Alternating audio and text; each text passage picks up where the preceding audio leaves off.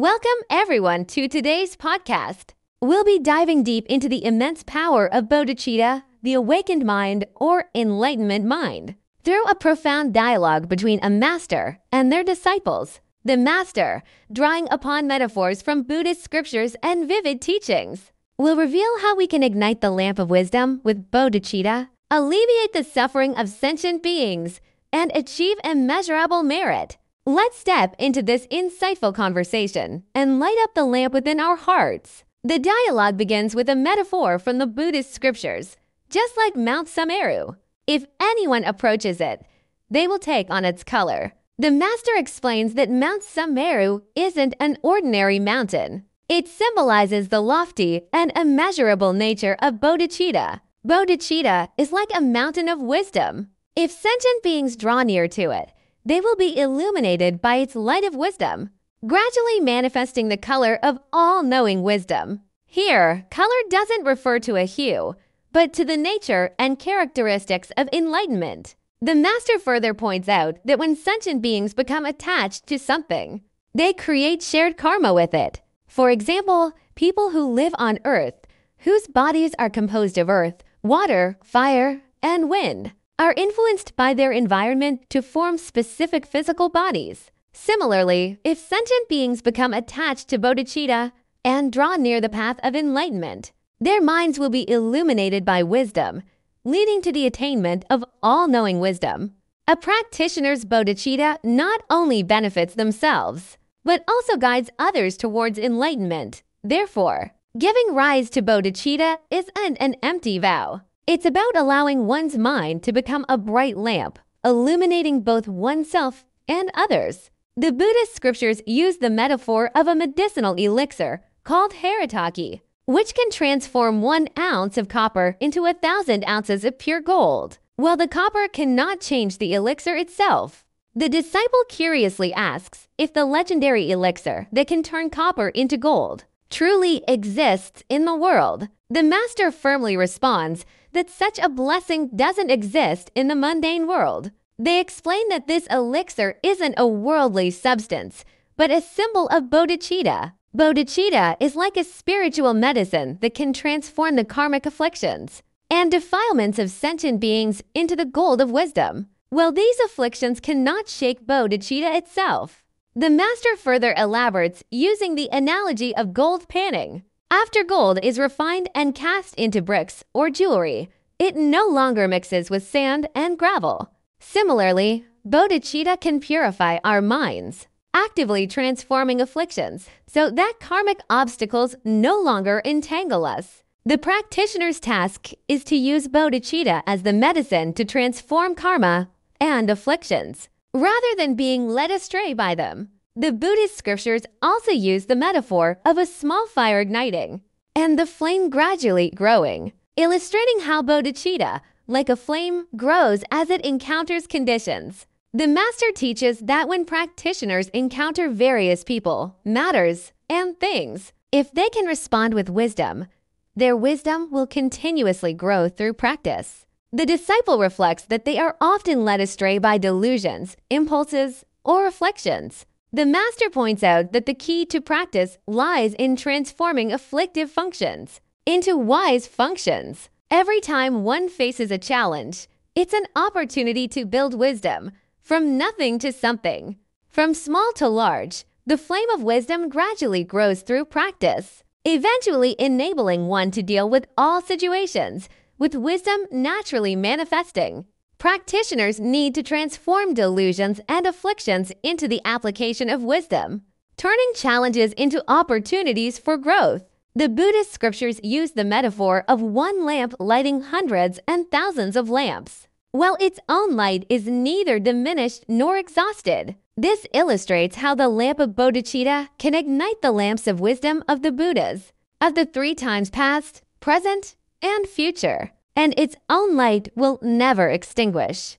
The master emphasizes that practitioners should take Bodhicitta as their lamp, possessing the wisdom of all Buddhas, and simultaneously lighting the lamps of wisdom for sentient beings. This process of lighting lamps is inexhaustible because the essence of Bodhicitta is equivalent to Tathata true suckness. possessing an undying and inexhaustible nature.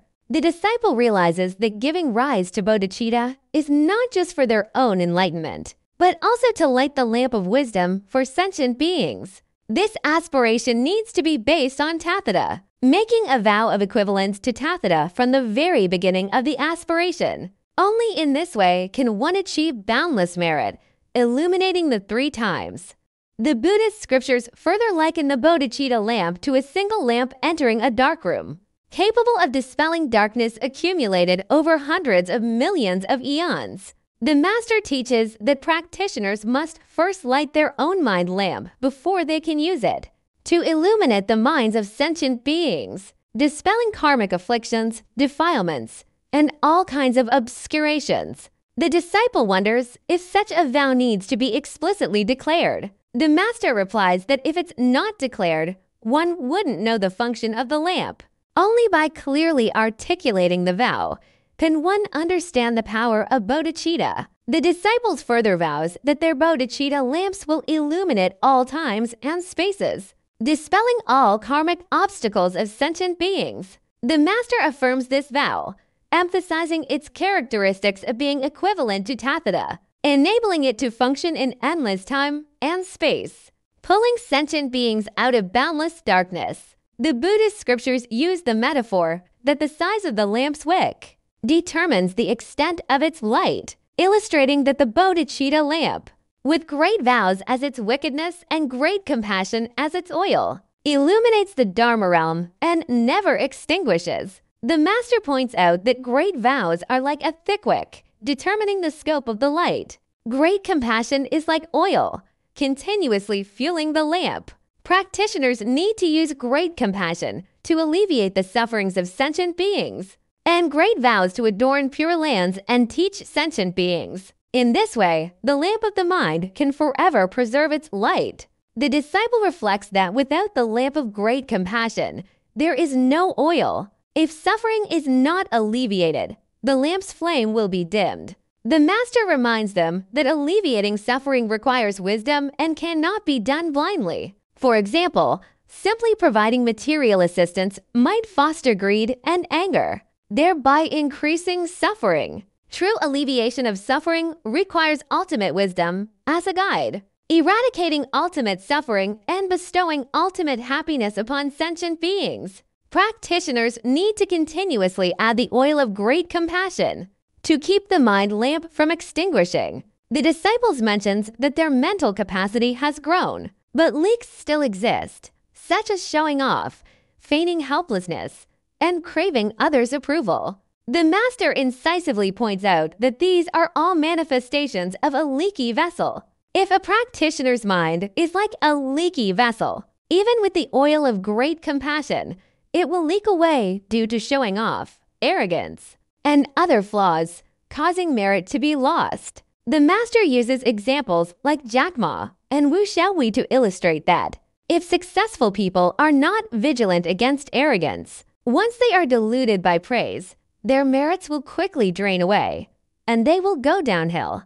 True achievers, like Sang Moan in the Eternal, seek nothing, take nothing, and only wish to light the lamps of others' minds. When all leaks are plugged, there is no leakage of merit. Practitioners need to plug the leaks, not show off, not feign helplessness, and protect the mind lamp based on tathata so it never extinguishes. The master further teaches that the continuous burning of the bodhicitta lamp requires conditions as an accelerating factor. Whether in human relationships or in practice, one needs to cherish conditions and avoid depleting them. Depleting conditions is like oil leaking, which can extinguish the mind lamp.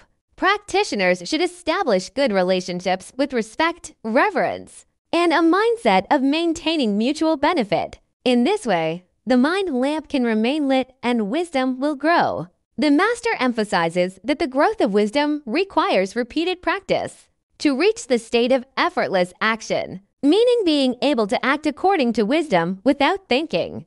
The disciples reflects that in the past they often found fault with others and gossiped, but now they no longer have such an interest. The master affirms their progress, but points out that they still need to be wary of the fear of karmic retribution point. Through continuous practice, one can thoroughly break free from afflictive habits. Through this master-disciple dialogue, we see Bodhicitta as Mount Sumeru, a medicinal elixir, a flame, and a lamp, with great vows as its wicked and great compassion as its oil. It can dispel endless darkness and ignite the wisdom of the 3 times. Practitioners need to light their own mind lamps, plug the leaks, cherish conditions, and use wisdom and great compassion to alleviate the suffering of sentient beings, achieving boundless merit. May we all give rise to Bodhicitta, like a bright lamp illuminating ourselves and others, pervading the Dharma-realm endlessly. Thank you for listening to today's podcast. Let us, on the path of Bodhi, light the lamp of our minds and advance with valor and diligence. See you next time.